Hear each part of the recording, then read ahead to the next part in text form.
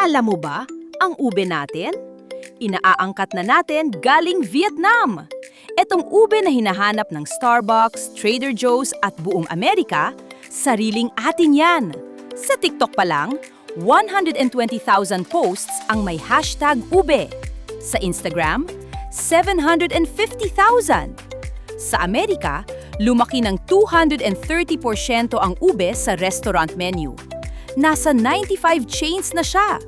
Pero dito sa atin, bumababa ang produksyon ng sariling ube. Bumagsak ng 6.7% noong 2025. Tapos, 35% lang ang nasa Bicol.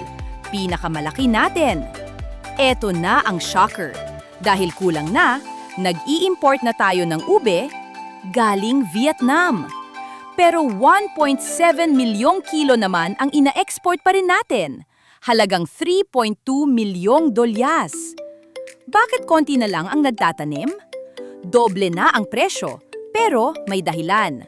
9 hanggang 12 buwan bago maani ang ube. Ang patatas, 3 buwan lang. May pag-asa naman, bagong 50 milyon na ube processing plant na sa Tunga, Leyte. Ikaw, okay lang ba sa'yo na sariling ube natin kinakain sa Amerika, tapos tayo nag-aangkat pa sa Vietnam?